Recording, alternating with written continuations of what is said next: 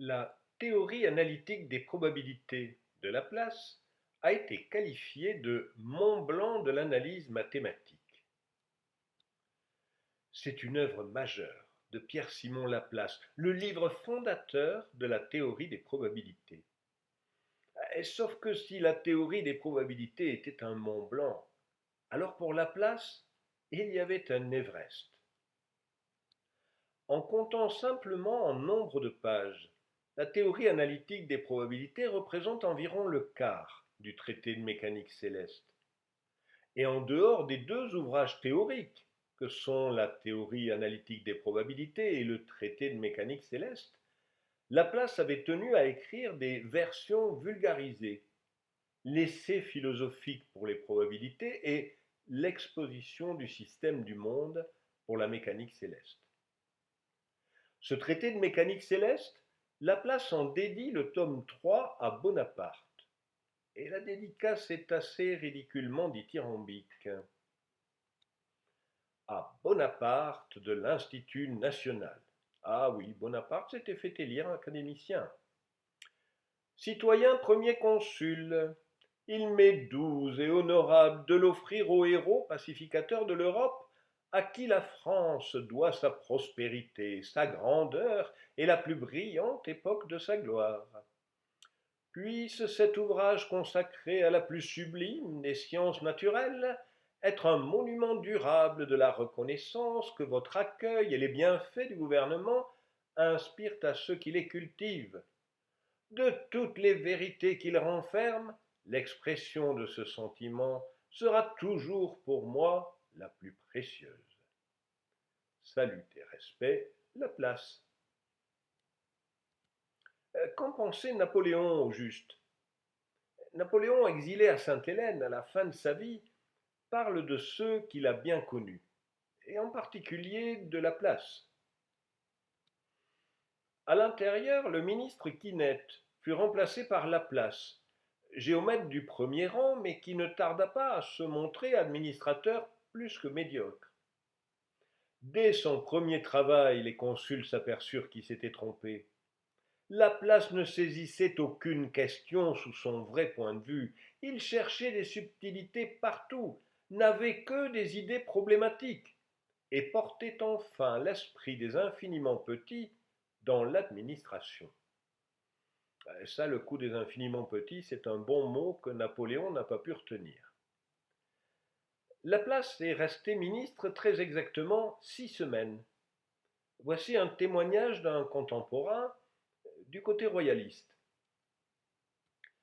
La carrière politique de M. Laplace est loin de mériter des éloges. Né dans la classe plébéienne, il se montra dès 1789 partisan des idées nouvelles. Mais il n'eut pas assez d'orgueil, ou si l'on veut, assez de philosophie, pour résister aux séductions de la vanité. Tour à tour courtisan de la liberté et du despotisme, il brûla son encens au pied de la Convention, du Directoire, puis de l'Empire.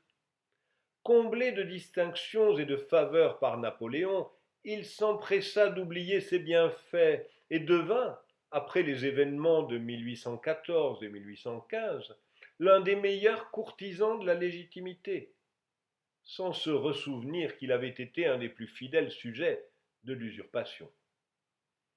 Eh oui, Laplace est ce qu'on pourrait appeler une girouette ou un bon nageur. Brissot était un de ces députés girondins qui ont été victimes de la terreur en 1793. Plus tard, son fils édite ses mémoires et rajoute ses propres jugements. Et à propos de Laplace, il dit: son principal ouvrage, L'exposition du système du monde, publié en 1796, fut dédié au Conseil des 500. Une cinquième édition de cet ouvrage apparut en 1824. Et quelques légères mutilations qu'elle éprouva font présumer que, si le savant n'avait point changé d'opinion sur ses théories scientifiques, le marquis et le pair de France répudiaient quelques-uns des principes du ministre républicain. Quoi qu'on puisse penser de la carrière politique de Laplace, Il reste que sa théorie analytique des probabilités est bien un livre majeur. Et ça, c'est indépendant de la liste de titres à rallonge que monsieur le comte Laplace rajoute sur la première page. Dans la version light, qui est l'essai philosophique sur les probabilités, on trouve l'essentiel de la théorie, mais sous une forme assez difficilement compréhensible. Une des raisons est le parti pris de tout écrire en français, sans aucun signe mathématique. Voici ce que ça donne sur le théorème central limite. La théorie des fonctions génératrices donne une expression très simple de cette probabilité, et que l'on obtient en intégrant le produit de la différentielle de la quantité dont le résultat déduit d'un grand nombre d'observations s'écarte de la vérité par une constante moindre que l'unité, dépendante de la nature du problème et élevée à une puissance dont l'exposant est le rapport du carré de cet écart au nombre des observations. L'intégrale prise entre des limites données et divisée par la même intégrale étendue à l'infini positif et négatif exprimera la probabilité que l'écart de la vérité est compris entre ces limites. Telle est la loi générale de la probabilité des résultats indiquée par un grand nombre d'observations. Certes, tout est vrai, mais on ne s'étonne pas trop du mal que la théorie de Laplace a eu à percer. Pourtant, dans les différents mémoires que reprend la théorie analytique des probabilités, on trouve bien des versions successives du théorème central limite, ou le plus souvent des cas particuliers comme celui-ci. Ces cas particuliers, pour la loi uniforme ou la loi multinomiale, sont listés dans le livre sans que Laplace en déduise un énoncé général. Du coup, les fondements de la statistique inférentielle, qui pourtant ont eux aussi été développés par Laplace, sont un peu passés inaperçus. Voici ce qu'on lit dans un mémoire sur le calcul des probabilités qui date de 1780, soit plus de 30 ans avant la théorie analytique. C'est ici surtout qu'il est nécessaire d'avoir une méthode rigoureuse pour distinguer parmi les phénomènes observés ceux qui peuvent dépendre du hasard de ceux qui dépendent de causes particulières, et pour déterminer avec quelle probabilité ces derniers indiquent l'existence de ces causes. Laplace appelle dépendre du hasard ce que nous appelons l'hypothèse nulle. La méthode rigoureuse dont il parle consiste tout simplement à calculer la probabilité de l'observation sous l'hypothèse nulle, c'est-à-dire pour nous la p-valeur. Selon la p-valeur, il conclut soit l'hypothèse nulle, soit l'alternative. C'est exactement le principe des tests tels que nous les appliquons encore. Son exemple favori est la proportion des sexes à la naissance. On trouve que dans l'espace de ces 26 années, il est né à Paris 251 527 garçons et 241 945 filles, ce qui donne à très peu près 105 sur 101 pour le rapport des naissances des garçons à celles des filles. Et Laplace calcule sa p-valeur en utilisant le théorème central limite. On aura, pour la probabilité que x est égal ou moindre que 1,5, une fraction dont le numérateur est égal à 1,1521 et dont le dénominateur est la septième puissance de 1 million. Septième puissance de 1 million en dénominateur, on en est à 1,1521 10-42.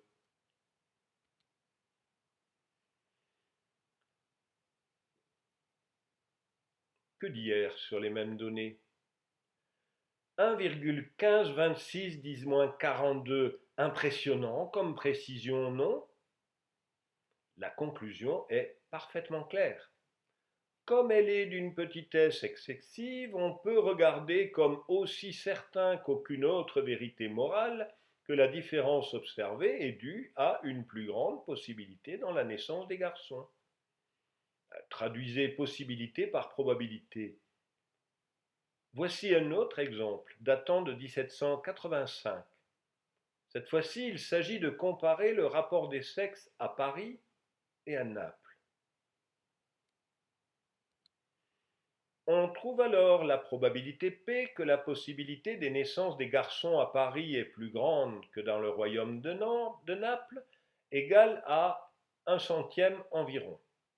R confirme exactement. Il est donc vraisemblable qu'il existe dans ce royaume, comme à Londres, une cause de plus qu'à Paris qui facilite les naissances des garçons. Mais la probabilité avec laquelle elle est indiquée par les observations est trop peu considérable encore pour prononcer irrévocablement sur cet objet. Donc, Laplace trouve une p-valeur de 1/100. Il aurait tendance à rejeter l'hypothèse nulle, mais il fait quand même la fine bouche. On est loin de la dictature du 5% que nous connaissons actuellement. Laplace est parfaitement conscient de l'intérêt de sa méthode et des applications qu'elle peut avoir, en particulier en médecine. Ainsi, pour reconnaître le meilleur des traitements en usage dans la guérison d'une maladie, il suffit d'éprouver chacun d'eux sur un même nombre de malades en rendant toutes les circonstances parfaitement semblables. La supériorité du traitement le plus avantageux se manifestera de plus en plus à mesure que ce nombre s'accroîtra, et le calcul fera connaître la probabilité correspondante de son avantage et du rapport suivant lequel il est supérieur aux autres. Il faut le reconnaître, il n'y a pas grand monde qui ait compris la place de son vivant. Joseph Fourier est l'un d'eux. Quand Laplace meurt, Fourier y va de son éloge historique, comme beaucoup de monde à l'époque. Mais il est un des rares à évoquer la théorie des probabilités. On retrouve ce même caractère dans ses recherches sur l'analyse des probabilités, science toute moderne, immense, dont l'objet souvent méconnu a donné lieu aux interprétations les plus fausses, mais dont les applications embrasseront un jour tout le champ des connaissances humaines, heureux supplément à l'imperfection de notre nature. Laplace en a réuni et fixé les principes. Alors, elle est devenue une science nouvelle, soumise à une seule méthode analytique et d'une étendue prodigieuse. Féconde en applications usuelles, elle éclairera un jour d'une vive lumière toutes les branches de la philosophie naturelle. Cet ouvrage est un des monuments les plus précieux de son génie. Mais, au fait, pourquoi Fourier était-il si au courant de la théorie analytique des probabilités? Et cela datait de la Restauration. Les circonstances sont expliquées dans l'éloge historique prononcé par François Arago à la mort de Fourier. La seconde Restauration trouva Fourier dans la capitale, sans emploi et justement inquiet pour son avenir. Celui qui, pendant 15 ans, administra un grand département, qui dirigea des travaux si dispendieux, qui, dans l'affaire des marais de Bourgoin, eut à stipuler pour tant de millions, avec les particuliers, les communes et les compagnies, ne possédait pas 20 000 francs de capital. Et c'est vrai, après Waterloo, ceux qui s'étaient un peu trop compromis avec Napoléon n'étaient pas bien vus. Le préfet de Paris, M. de Chabrol, apprend que son ancien professeur à l'école polytechnique, que le secrétaire perpétuel de l'Institut d'Égypte, que l'auteur de la théorie analytique de la chaleur, va être réduit pour vivre à courir le cachet. Cette idée le révolte. Aussi se montre-t-il sourd aux clameurs des partis, et Fourier reçoit de lui la direction supérieure du bureau de la statistique de la Seine, avec 6 000 francs d'appointement. Et voilà comment Fourier s'est retrouvé statisticien, par charité en quelque sorte. Le bureau de la statistique de la Seine publiait chaque année des données chiffrées pour le département. Fourier ne participe pas vraiment ni au recueil ni à la compilation. Par contre, Il écrit pour chacune des livraisons du bureau de la statistique des articles méthodologiques. Il y montre en particulier qu'il a parfaitement compris l'application de la théorie de Laplace à la précision des estimations. Lorsqu'on a trouvé un résultat moyen A, en réunissant un grand nombre m de valeurs particulières et divisant la somme de ces valeurs par leur nombre m, il reste à évaluer le degré d'approximation. Il faut pour cela élever au carré chacune des valeurs particulières, former la valeur moyenne de ces carrés en divisant leur somme par leur nombre, qui est m. On retranche de cette valeur moyenne des carrés le côté A2 du résultat moyen, on divise le double de la différence par le nombre m, et l'on extrait la racine carrée du quotient. On trouve ainsi une quantité g qui sert à mesurer le degré d'approximation. En termes modernes, on calcule la variance empirique. On multiplie par 2 sur m, on prend la racine carrée et on obtient cette quantité g qui sert à mesurer le degré de précision. Maintenant, on parlerait d'intervalle de confiance. La précision du résultat est en raison inverse de ce nombre g.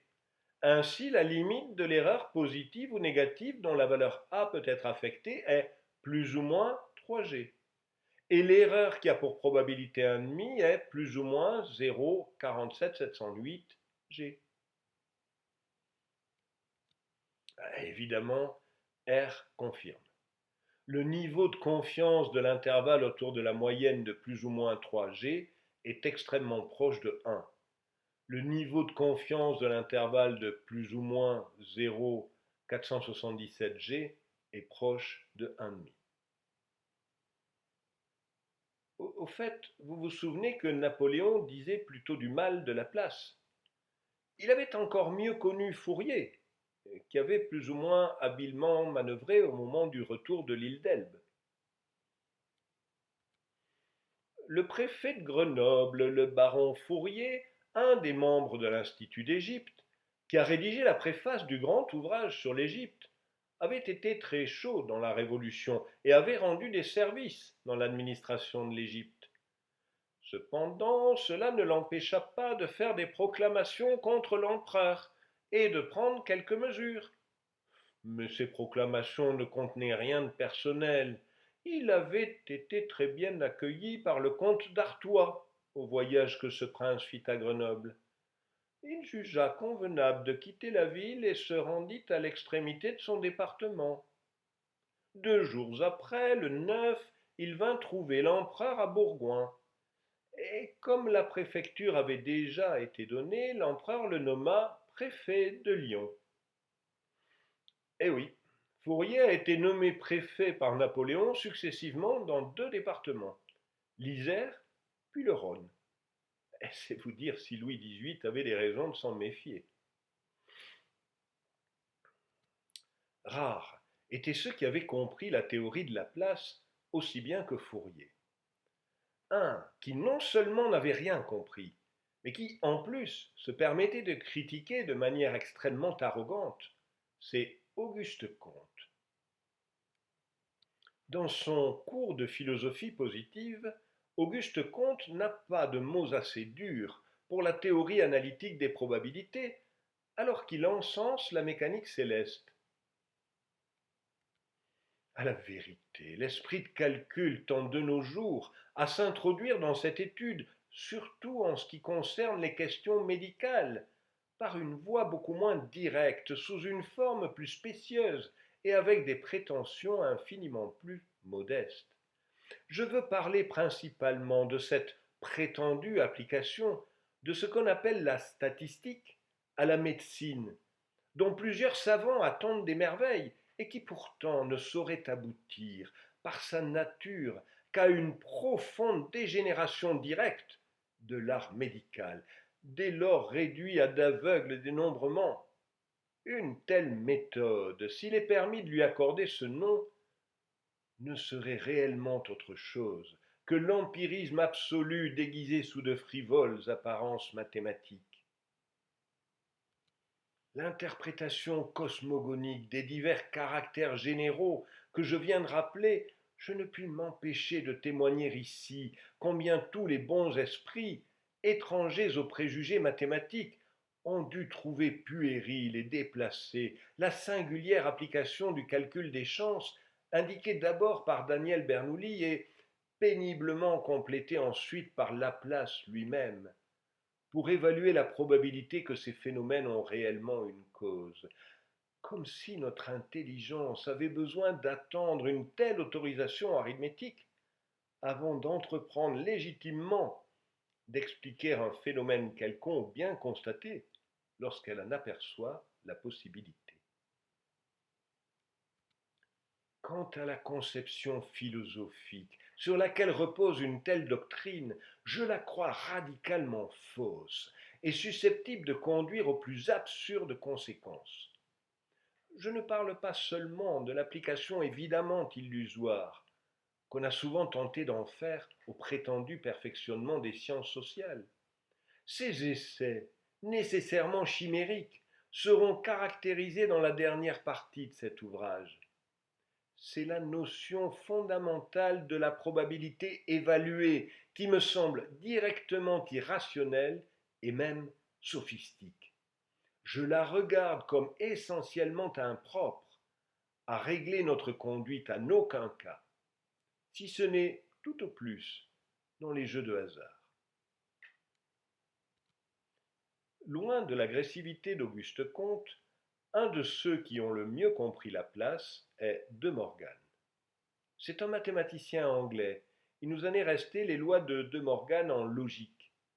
Il a longuement étudié la théorie analytique des probabilités. Et cela ne l'empêche pas d'analyser finement les faiblesses de Laplace. Le génie de Laplace était comme une masse quand il s'agissait d'exploser des obstacles mathématiques. Mais comme cet utile instrument, il ne donnait ni finition ni beauté au résultat. Il est vrai, et même tautologique si le lecteur préfère, que Laplace n'était ni Lagrange ni Euler, contrairement à ce qu'on fait croire aux étudiants. Le second est puissance et symétrie, le troisième est puissance et simplicité. Et le premier, c'est la puissance sans la symétrie ni la simplicité. Dans quelle partie du travail les méthodes de développement pénibles, bien qu'astucieuses, qui sont formellement traitées dans le chapitre introductif, sont-elles utiles? Aucune. Donc le lecteur commence à suspecter que la difficulté de ce travail ne tient pas seulement au sujet, mais qu'on doit l'attribuer en grande partie à la méthode de l'auteur. La théorie des probabilités est le Mont Blanc de l'analyse mathématique, mais la montagne a cet avantage sur le livre, c'est qu'il y a toujours des guides disponibles pour elle, tandis que l'étudiant en est réduit à trouver sa propre méthode pour affronter le livre. C'est pas pour revendiquer, mais un guide pour une montagne mathématique, ça s'appelle un prof, ou bien je me trompe?